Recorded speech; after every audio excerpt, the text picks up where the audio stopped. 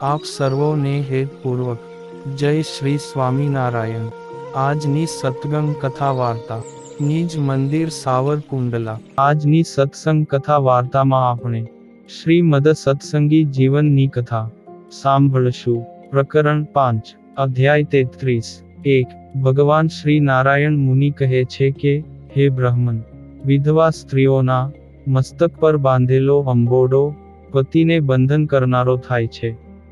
તેથી વિધવા સ્ત્રીઓએ મસ્તક પરના કેશનું મુંડન કરાવવું।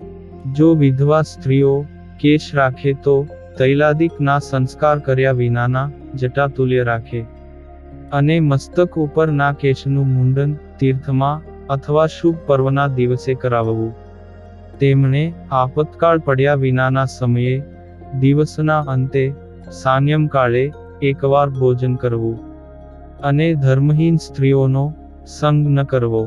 રોગાદિક આપતકાળ પડ્યા વિના પલંગ ઉપર સૂવું નહીં, નિર્વસ્ત્ર સ્નાન ન કરવું, અને ક્રોધનો તો દૂરથી જ ત્યાગ કરવો। વિધવા સ્ત્રીઓએ રોગાદિક આપતકાળ પડ્યા વિના ક્યારેય પણ તૈલમર્દન ન કરવું, સુગંધિમાન અત્તર આદિકનો ઉપયોગ ન કરવો, કંઠે પ્રાણ આવવા છતાં બળદની સવારી ન કરવી, ભાંગ, ગાંજો આદિક માદક દ્રવ્યો અને તાંબુલનું ભક્ષણ ક્યારેય ન કરવું, અતિ ભોજન ન કરવું, શરીરમાં રહેલી ધાતુને પુષ્ટ કરે તેવા દૂધ, ઘી વગેરે પદાર્થો તથા મિષ્ટાનનો આપતકાળ પડ્યા વિના ક્યારેય પણ જમવા નહીં। મિષ્ટાન અતિશય ન જમવું, ઉત્તેજક વસ્તુઓ ન જમવી, ઉત્તમ વસ્ત્રો ધારણ ન કરવા, કસુંબી રંગથી રંગેલા વસ્ત્રો ધારણ ન કરવા, પુષ્પની માળા, ચંદન, કડા અને સિંદૂર ધારણ કરવા નહીં, આંખમાં આંજણ આંજવું નહીં, સુવર્ણના અલંકારો અને સુવર્ણના તારે યુક્ત વસ્ત્રો પણ ધારણ કરવા નહીં, ભગવત પ્રસાદીનું સૌભાગ્ય દ્રવ્ય કે ચંદનને આંગળીથી લઈ કંઠમાં ધારણ કરવા, પરંતુ ભાલમાં ધારણ કરવું નહીં। તેવી જ રીતે વિધવા સ્ત્રીઓએ ભગવાનની પ્રસાદી બુધહારને સૂંઘી અન્યને આપી દેવા, પરંતુ પોતે ધારણ કરવા નહીં।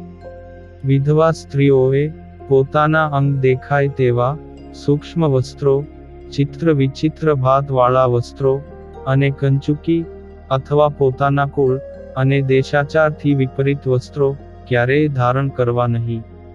હાથ પગના નખ ન રંગવા, તથા દાંત કે હોઠ પણ ન રંગવા, ભાલમાં કુમકુમનો ચાંદલો ન કરવો, તેમજ ભાલમાં કંકુની રેખા પણ ન કરવી। વિધવા સ્ત્રીઓએ સુવાસિની, સંન્યાસિની, નર્તકી તથા પુરુષના જેવો વેશ ધારણ કરવો નહીં, ભાલના કેશ ન ઉખેડવા, તથા કોઈ પણ કાર્ય વિના જ્યાં ત્યાં પરિભ્રમણ ન કરવું, અને એકલા અન્યને ઘેર બેસવા ન જવું। વિધવા સ્ત્રીઓએ વૃદ્ધ પિતાના ખોળામાં પણ ન બેસવું, સસરા કે પિતાના પક્ષની સ્ત્રીઓની સમક્ષ ઉપહાસના જેવા વચનો પણ ન બોલવા।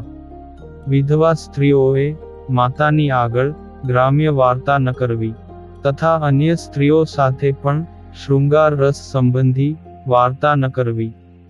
વિધવા સ્ત્રીઓએ હોળીની રમત ક્યારેય ન રમવી, અપશબ્દો ન બોલવા, મિથ્યાપવાદ ન નાંખવો, તથા ગાળો ન બોલવી, સસરા પક્ષના પુરુષો સાથે નિર્લજ્જ થઈને વાદ વિવાદ ન કરવો, પાપથી દૂષિત સ્ત્રી સાથે ક્યારેય મૈત્રી ન કરવી।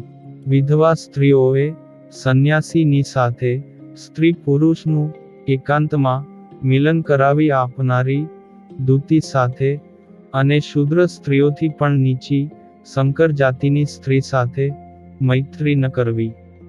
યવન, કામી, પાખંડી સ્ત્રીઓ સાથે પણ મૈત્રી ન કરવી, તથા જેને ભગવાનના અવતારોમાં વિશ્વાસ ન હોય તેવી સ્ત્રીઓ સાથે મૈત્રી ન કરવી। નિર્લજ્જ, ગર્ભસ્રાવ થાય તેવી ઔષધિને જાણનારી, વશીકરણાદિક મંત્રતંત્રને જાણનારી, ગર્ભપાત કરાવતી અને લોકોને છેતરનારી સ્ત્રી સાથે પણ મૈત્રી ન કરવી। જો લોકાપવાદથી નિંદિત પુરુષને ઘેર પતિવ્રતા સ્ત્રી હોય છતાંને પણ તે પતિવ્રતા સ્ત્રીના દર્શને તેમને ઘેર ન જવું. વળી વિધવા સ્ત્રીઓએ પોતાથી અતિશય નીચી જાતિમાં જન્મેલી સ્ત્રીઓ અતિશય ધર્મવાળી હોય છતાંને પણ તેમને ઘેર બેસવા ન જવું. જો પોતા પાસે આજીવિકા પૂરતું જ દ્રવ્ય હોય તો તે ધનનો વ્યય ધર્મ કાર્યને અર્થે પણ ક્યારેય ન કરવો. એ ધનનો વ્યય કરે તો વિધવા સ્ત્રીઓએ પોતાની આજીવિકા માટે અન્યનો આશ્રય કરવો પડે અને પોતાના વિધવાના ધર્મ થકી ભ્રષ્ટ થવાનો વારો આવે છે. તેમાં કાની સંશય નથી. વિધવા સ્ત્રીઓએ વિવાહ, પુરુષોનો સમુદાય, રાજાનું સૈન્ય, નૃત્ય, ગીત, લોકોત્સવ અને સુંદર વેશને ધરી રહેલા પુરુષો વગેરેને જોવા ન જવું. વિધવા સ્ત્રીઓએ દર્પણમાં મુખ ન જોવું. ક્યારેય પણ એકલા ન જવું. સ્વચ્છંદી ક્રીડા કરતા પુરુષોને નિહાળવા નહીં. કામ ભાવથી પુરુષોને ન નિહાળવા. તેની સાથે બોલવું નહીં. તેનો સ્પર્શ પણ ન કરવો. તથા સત્શાસ્ત્રની કથા સિવાય પુરુષ સંબંધી વાતો કહેવી કે સાંભળવી નહીં. વાઘ, સિંહ, સર્પ, અગ્નિ, જળ વગેરે ભયજનક આપતકાળમાં પુરુષનો સ્પર્શ થાય તથા તેમની સાથે બોલાય તો તેનો દોષ લાગતો નથી. તેમજ ધાવણા બાળકનો સ્પર્શ થઈ જાય કે બોલાય તો તેનો પણ દોષ લાગતો નથી. જે પુરુષનું ધોયેલું વસ્ત્ર ભીનું કે સુકાયેલું હોય તે સિવાયના પુરુષે ધારેલા વસ્ત્રો કે ધાર્યા પછી ઉતારીને મૂકેલા વસ્ત્રોનો વિધવા સ્ત્રીએ સ્પર્શ કરવો નહીં. તેમજ પુરુષના અંગ ઉપર રહેલા વસ્ત્રનો પણ વિધવા સ્ત્રીએ સ્પર્શ કરવો નહીં. હૃદયમાં કામ ભાવથી પુરુષનું ચિંતવન ન કરવું. લૌકિક ચિત્રો ન દોરવા કે તેનો સ્પર્શ પણ ન કરવો. અને ભોગાસક્ત આકૃતિવાળા પૂતળાનો પણ સ્પર્શ કરવો નહીં. આવી રીતે મેં તમને વિધવા સ્ત્રીઓના ધર્મો કહ્યા. સવિશેષ ધર્મો આગળ કહીશ. અને હવે પછીની કથા વાર્તા આપણે આગળના ભાગમાં સાંભળશું. અત્યારે આપ સર્વોને ભાવથી જય શ્રી સ્વામિનારાયણ.